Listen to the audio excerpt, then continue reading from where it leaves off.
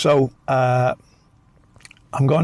out today. We've me and Bobby have come out for a walk round Newman's and Ashton's Flashes, which are like a bird sanctuary place just near us. It's walking distance from us, but I couldn't be arsed, so I got in the car.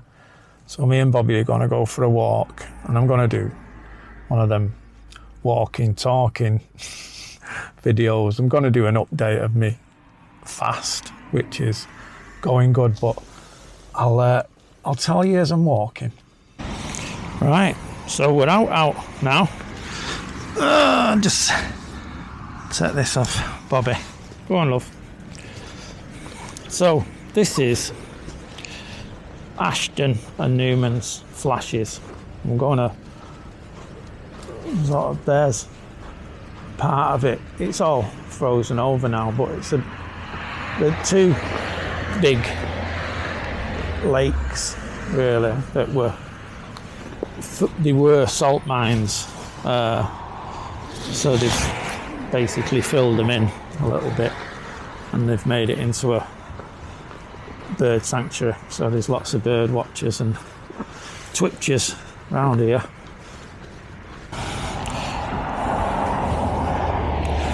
Right, that's better. Turn the camera around. So yeah, out for a walk with the Bobby dog. Thought I'd do another update. I like walking, I like talking, so let's do that. I was just thinking about, basically I've just heard something. I heard a story the other day off a lad.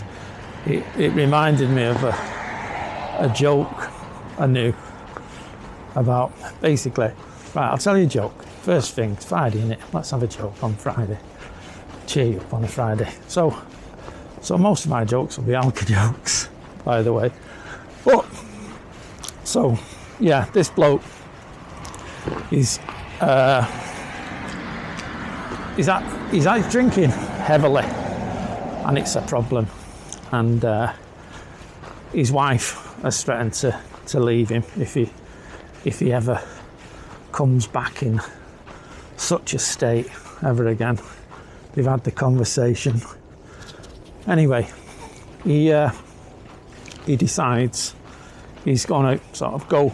He's got to do this business meeting, and like any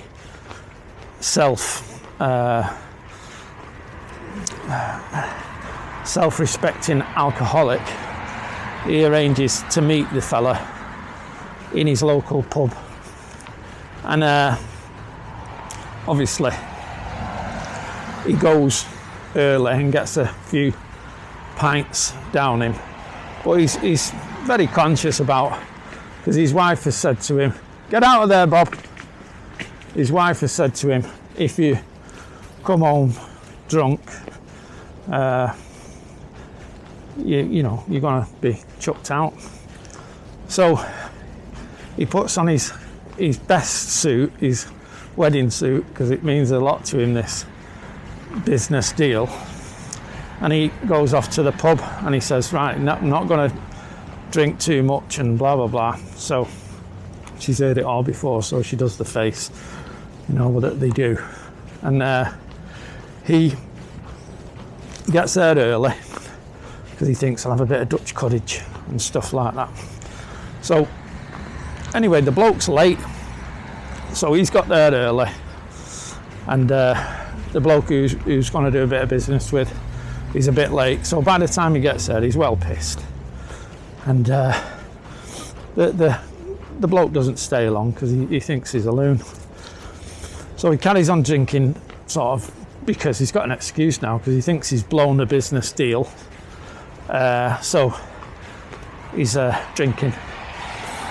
So he stays in until the pub shuts, but he's absolutely leathered, and he ends up being sick, all down his new suit, all down his best suit, and he's talking to you know, one of his drinking buddies, who's his, you know, we have these drinking buddies, don't we, who are friends for life and who are a bit like us, another alky. So he's talking to his alky and he's saying, she's going to chuck me out, she's going to leave me, and, you know, look at this, I've got all sick on my suit. And the bloke says, don't worry about that. He says, that happens to me all the time. So he gets 20 quid, £20 note, pops it in his top pocket of his jacket. He said, when you get home, just say that I was sick on you. She knows how bad I am. And say that I give you £20 for the dry cleaning bill. And she'll be all right. She'll be all right. I've done it before. It's no problem. So he thinks, all right, I'll go and give it a try. So he goes home and hang on.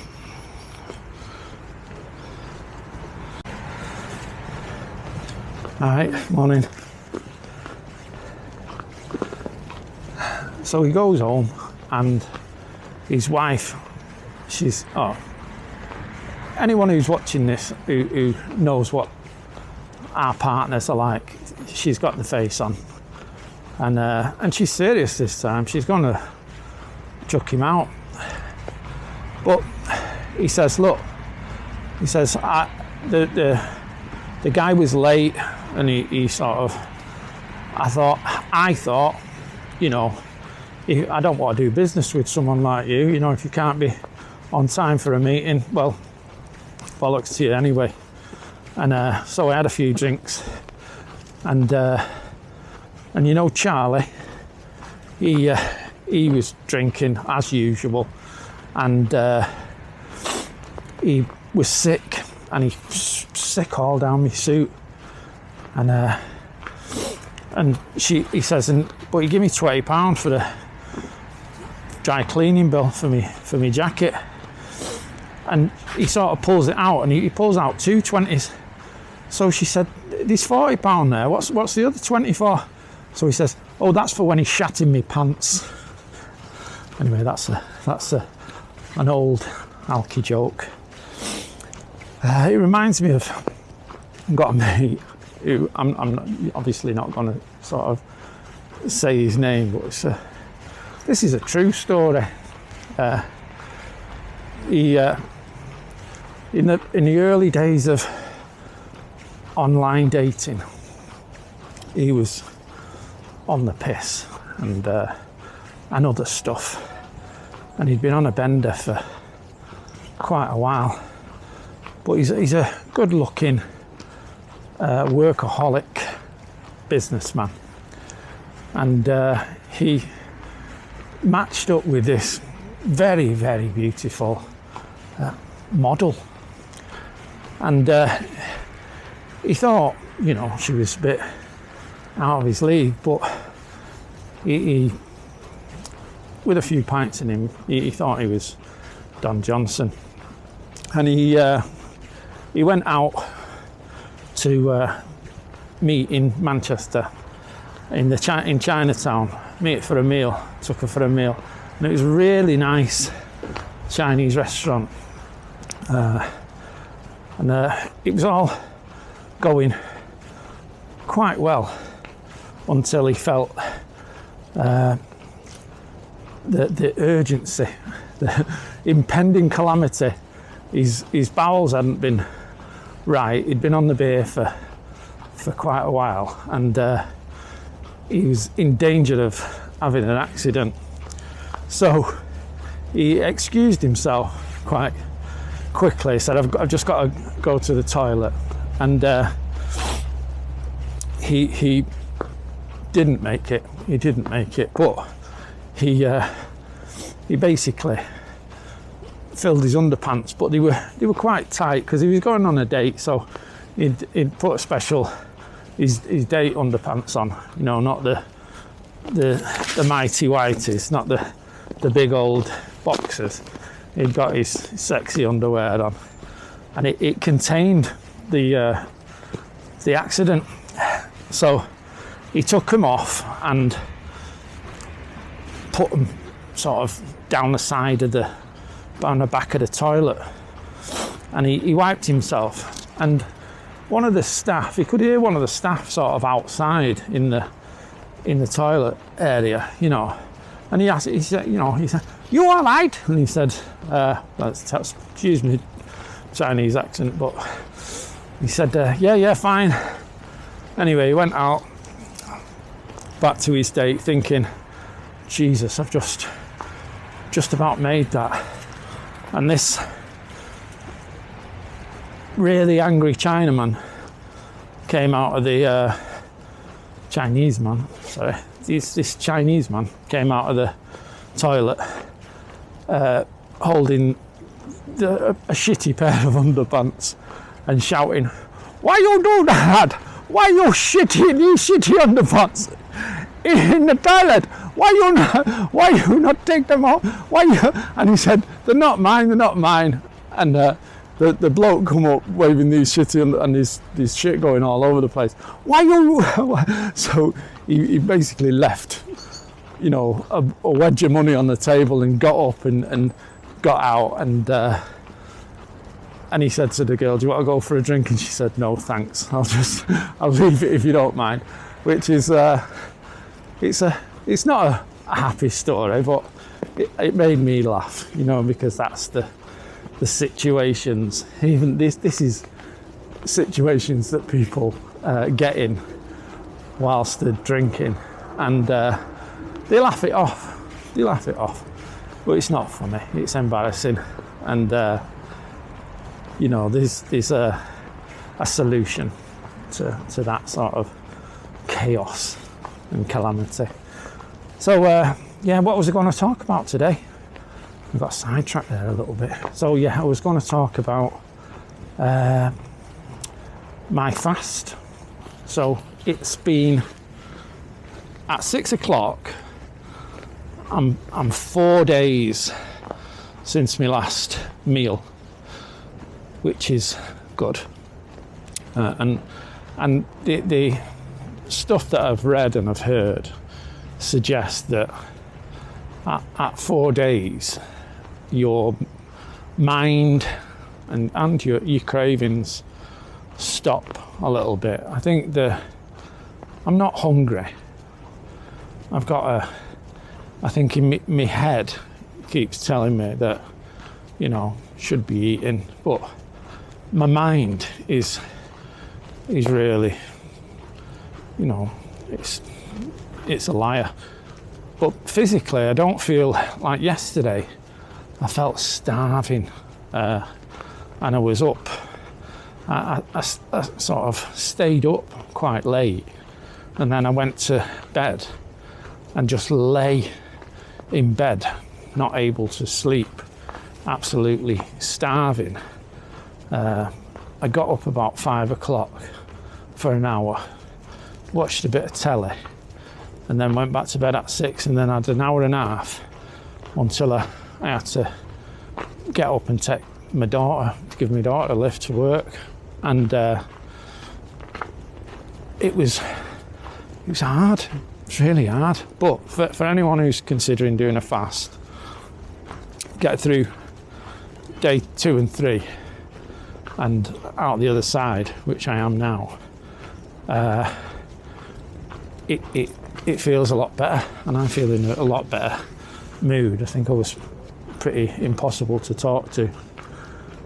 I'll just let you just have a look at this, what I'm looking at. Yeah. Now there's Bobby doing her thing. But I think this might be Newman's flash. The next one's Ashton's flashes, which is nicer, and there's more water and there's more there'll probably be loads of geese and stuff like that. We'll have a look at that in a minute. So just turn it around again.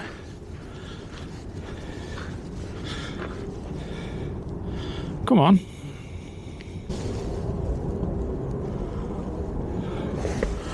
Right, we're back on. So me fast. So I'm 4 days at 96 hours or whatever at 6 o'clock. So we're heading for lunchtime now. I'm not a bit hungry, but I've got a thing in me that needs to be occupied. So I'm looking for stuff to do. I think now my mind is a lot clearer. I'm going to do some work. So hopefully I'm going to do some videography for Dave McCollum, DMC Media in Warrington. So I'm going to do some work with him, God willing. I don't know how, but he's a nice lad, and I'd work with him, just like to spend time with him anyway, never mind doing any sort of work. But I don't consider this work, making films and doing stuff like that. It's not work for me. I've got a lot of gear, like you say, all the gear, no idea. But I'm going to do that, and it might be a couple of months until that really starts properly. But I'm going to rewrite my book. I'll probably start it this afternoon. I'll probably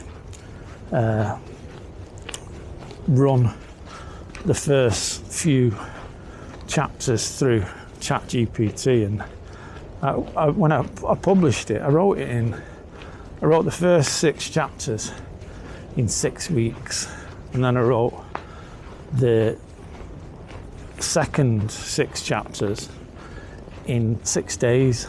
So I basically wrote a chapter a day, and if you read it, you can tell it starts off okay, not a great, but nice. It's a nice sort of homespun yarn of a young man who has tackled adversity and appears to have won. So, but that's the start. It basically gets you up to the point where I stopped drinking, and then from there on in, I think I've read a load of stuff, loads of personal development and stuff like that. So I think years ago I read that Stephen Covey 7 Habits of Effective People, or whatever it is, and I liked it. Good book, and very practical ways to live your life. So I thought, that's great, and it's a big bestseller. So I thought, well, I'll do 8, and they were basically doing the same things as he did or does. Because to be an effective person is, it's all the same. So if I'm writing something, I agree with him, so I basically reworded it. But the book wasn't really about that. The book was supposed to be sort of a warts and all documentary type thing. It was my story. I left quite a decent job. I sort of ended up being a chief exec of a charity, and I did well. I did really well, although I failed to engage with the staff. I thought, that's for the managers. My job's about building the agency, but an agency is based on the people within it, and I ignored them, and I wasn't very good at that sort of. I'm not, friends. I have little patience for people, especially people who are in a a caring role. I think if you're in a caring role, you should be quite thick-skinned and self-aware, and if you're working in as a counsellor, you should be pretty cool about yourself, and you shouldn't need emotional arse wiping. So I was wrong. Everyone needs to be valued and acknowledged, and that's what I didn't do. But on the upside, I did build a multi-million pound agency that created nearly 100 jobs for people who, a lot of them wouldn't have got jobs sort of in the field of addiction. And I enabled that to happen. And it's become, a lot of the people who've worked there have gone on to do bigger and better things. And I think I give them a chance to show others that once we get clean and sober, it's good for everyone. Hiya, mate. All right. So, yeah, I don't have loads of regret about that. But when you're in, it's a really small field, the field of recovery, and everyone sort of thinks that they know you. And I was described by quite a lot of people as a mad genius. And I think because I was an ex-alkie myself, they had to stick the mad bit on because it fitted with their stereotypical understanding of what alcoholics and addicts are. We're impulse-driven, over-emotional, sensitive psychopaths, and that's the basis of that has some foundation, because when we're drinking and drugging, that's how we behave. But if we put it down and pick up a program, we can be better than well. And I worked hard on myself to improve mentally and spiritually and physically, and I benefited from that. So I didn't mind the genius tag, but the mental genius, I didn't really like that. So because I didn't talk to a lot of people, I tended to isolate and sort of say, get on with your work, blah blah blah. They make up who you are. It's a Gestalt thing. So basically, if you don't inform people who you are and what you like, they fill in the gaps, and they sort of give everyone their version of events. This was most visible to me while I was still working there. I was in a AA meeting, and I got talking to a newcomer, and she was all over the place. She was drinking drugs and mental health problems and stuff like that. And someone who was talking to us mentioned my name, John Hopkins, Acorn, blah blah blah, chief exec. And she said, "Oh, he's mental, him." I said, "What do you mean?" And she said, he's a psychopath, he's an absolute lunatic. So I said, how do you know? Do you know him? And she said, yeah. She didn't. obviously, but she had heard of other people. You know, this was the general consensus of people, largely in NA, that's what I was. And, you know, I didn't sort of defend myself or anything like that. I just thought, goodness me, it's a bad thing. You know, I used to say, I'm not paranoid. When I was drinking, I used to say, I'm not paranoid, everyone does hate me, and everyone did. But they hated me for, you know, a good reason. In recovery, I've not really intentionally hurt anyone or harmed anyone. I've made mistakes in business, and people have got hurt as a result of me not making a decision or making a wrong decision, or basically just neglecting them. You know, I know now that neglect is worse than sort of physical or mental abuse. I just ignored people, and psychologically that's worse.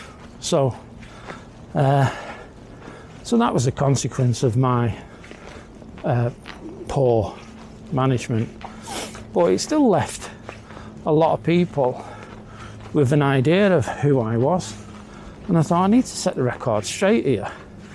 And then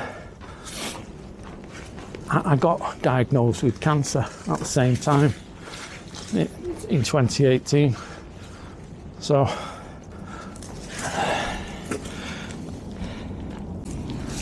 right, so I got diagnosed with colorectal cancer in 2018, and I thought, no, I'm not gonna, you know, I've actually done some good in my time, and I don't want to go out with everyone thinking I was some lunatic who was just driven by ego. I was driven by a program and the belief in, I think there's a consciousness or self-awareness. Sounds like conscience for good reason, because if you live life by your conscience, you become more aware. You start, if you live that life honestly, you start getting a lot of self-awareness. And if you're gifted sobriety, you are very lucky, very lucky. But if you work hard at it, your self-awareness increases massively. So the more you do, right, the more you get, what you put in. So basically, in the early days, I used to think I was a good person if I wasn't causing the huge chaos that I used to cause and committing crimes. I was a villain. I was a prolific villain, and I sat inside myself, right, back in the day, with the illusion that, well, if I'm not sort of robbing people, I'm doing good. But not doing bad isn't doing good. So you find it difficult to, you know, if you work the program, you find it difficult. Honesty makes you feel anxious. You know, God gives you pushes, gives you hints to your fate, and He gave me hints to my fate. So I took it that, you know, all this, the trials that had been given, the sentences, the time living homeless on the streets and all that were part of the big plan that God had for me. And, you know, he'd given me this sort of pretty shit start in life in order for me to build emotional muscle. And an old boy, Bonzo, Alfonso Saka, who had a massive influence on me back in the day, 30 odd years ago. I was a young man, and he sort of said, "What are you going to do now you've got sober?" And I said, "I don't know." So he says, "Well, any sort of mental growth is spiritual growth, and you need to go back to college. You need to go to college. You know very little about anything, so you need to go and learn. And any sort of mental growth is spiritual. It'll change you as a person, and it'll give you discipline and blah blah blah." So that's what I did. Right, the battery packed up on my finger, so I'm on my phone. So where was I? Yeah, went back to college, blah blah blah. And the more you develop as a person, the consciousness increases. But after a while, it's not all about you. You become uncomfortable with Bonzo said to me, "What are you going to do?" And I said that I don't know, and he told me to go back to college. But he also said, "If not you, then who? And if not now, then when?" I don't know who he was quoting. It's probably a Greek or something like that. Bonzo was a very bright man. He's a Greek Cypriot Jew originally, but he converted to Catholicism and started a charity called Damascus Road Association, where I used to go every day. Yeah, and he said that to me, and I started thinking, yeah, who else? What have we got? Some bureaucrat who's worked in the offices of places. They've been given some role and they have no idea. I mean, that's never more evident as if you watch the news today. These injecting rooms in Glasgow, and my friend Anne-Marie Ward was on it, sort of saying what a shocking travesty this is. So big word up to Anne-Marie. She's doing some great work in Scotland and in the UK. So, but yeah, who's gonna advise these people if not someone who's been there? You know, they don't know anything about addiction. They don't know anything about alcoholism. They particularly don't know anything about alcoholism. The treatment industry is full of still drinking alcoholics. So I was sort of pushed by my conscience in a sort of way to help people who'd lived a life like me, and that was homeless homeless offenders who had a problem with alcohol and drugs.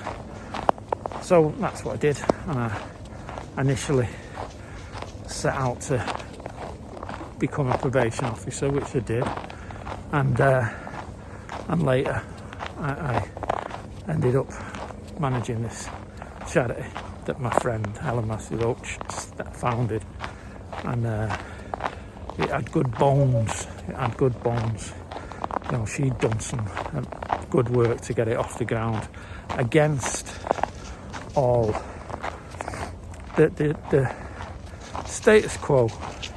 Doesn't want to change much. They generally like things to stay the same, and back in the day, drug treatment in the public sector was a methadone script, and I'm talking to a drugs worker who didn't know now about addiction for a couple of hours, and alcohol was even worse. They make you have a drink diary and tell you about units of alcohol and all this shit, and tell you, oh, you know, you're going to kill yourself, you know. Oh, fucking hell, I wish. No, you're amazing. Can you borrow me a £5? This is what I used to say. Oh, you're amazing, you. Can you borrow me a £5? I've got nowhere to fucking live, you know. I need something to eat. And they'd give me a £5, and I'd go on at Wythenshawe Probation. I came up with all sorts of shit. I used to tell them all sorts of torrid tales of stuff, how I'd been abused and blah, blah, blah. So they would feel sorry for me and give me money. And they, you know, in the end, they couldn't give me money. So they used to give me food vouchers for Shopping Giant. I used to get £5 food vouchers from Shopping Giant in Civic. And I used to stand at the checkout and wait for women. And I used to say, can I swap this with you for £4 and you can use it? And it you know, everyone's skinting Wythenshawe, they were then. So I'd get £4 worth of booze, or probably £3 worth of booze and some cigs, because it was cheap then, back in the day. And it'd do me. It's a latch lifter. So yeah, so that's what my motive was. When you get the more consciousness or self-consciousness you get, the more you start seeing the horror people are going through, the sort of terrible lives that many people have. They don't choose them. You don't choose to go to jail. You don't choose to sort of... You might think you've got some agency, but you haven't. So I thought I'll go and explain to them. I'll go and tell them who the enemy is, because most of them think that they're the enemy, and they are to some extent. You know, they keep making the same mistakes, but it's a little bit more complicated than that. So the stuff I was doing was driven by this need. It's a compulsion. It's more than a want. I had a need. I found it difficult to rationalise when I was, you know, not doing stuff. Why wasn't I? I felt uneasy when I wasn't doing stuff. So, and this feeling wasn't calmed in any way by working in probation, because the probation don't have a clue, really. Their job isn't to reduce offending or rehabilitate. It's not that anymore. It's just monitoring and recording and enforcement, sort of enforcing the court orders. And most PSOs and probation officers now, they've got very little skills in rehabilitation.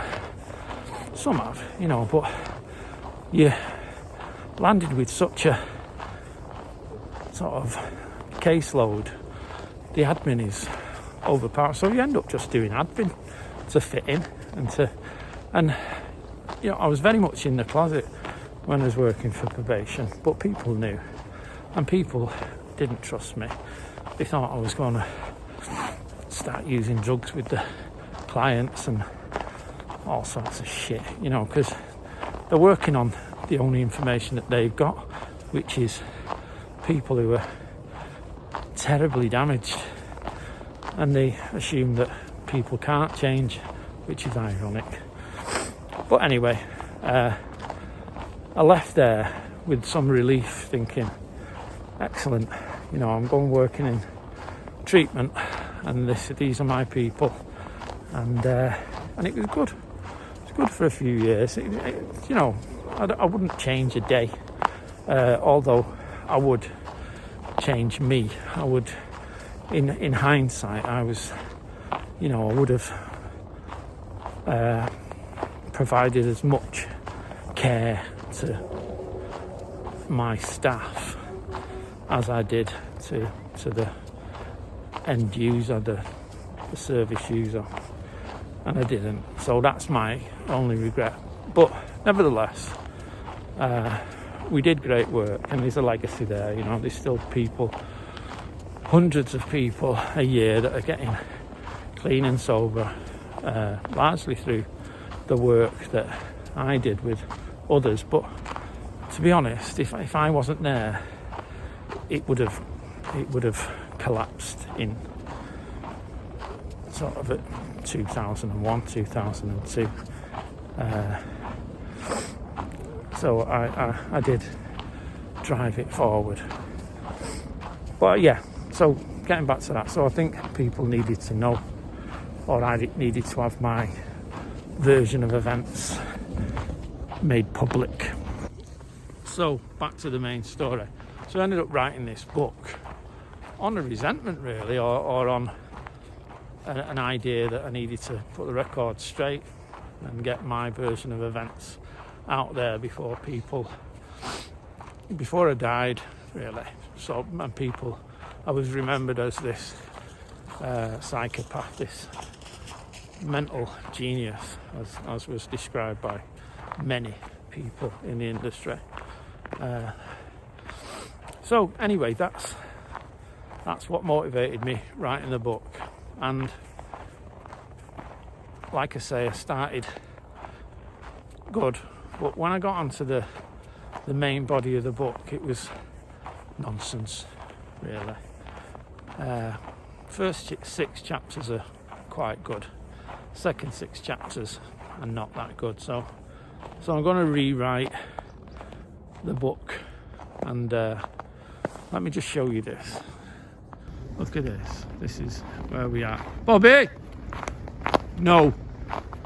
She's rubbing herself in dog shit or some fox poo or something.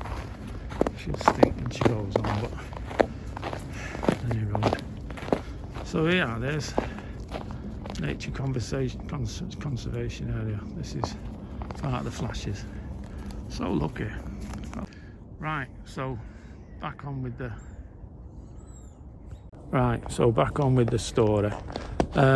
Yeah, I'm gonna do this and rewrite my book, and amongst other things, I don't know what the 2025 holds for me, but I'm fighting this cancer. People might think I'm mad. Well, they thought I was mad. They thought I was mad for years. You know, that's my MO, if you like, the mental genius. I sort of think that I do believe God gives you clues to your fate, and there's a sequence of events that led to me meeting a guy called Shane Clark. I'm going to do a podcast with him in a few weeks, but he sort of put me onto this mebendazole, this drug, this worming tablet that he got diagnosed as untreatable about 13 years ago now, and he's fit as a flea now. The doctors at the Christie were baffled by his recovery, but there's other guys like Joe Tippins in America who they use febendazole, which is the dog equivalent to, you know, but it's the same chemistry. They're basically the same drugs, but I'm using the human one, and I think it's going to work. Like I say, my scans are on the 20th, but I'll keep you updated. But today, just for today, I feel really good, and I'll put these out every other day, or you know, maybe more if something's happening. Nothing happening today, so I'm just walking and talking and letting on to people who think I'm mental. But keep watching, and we'll see you soon.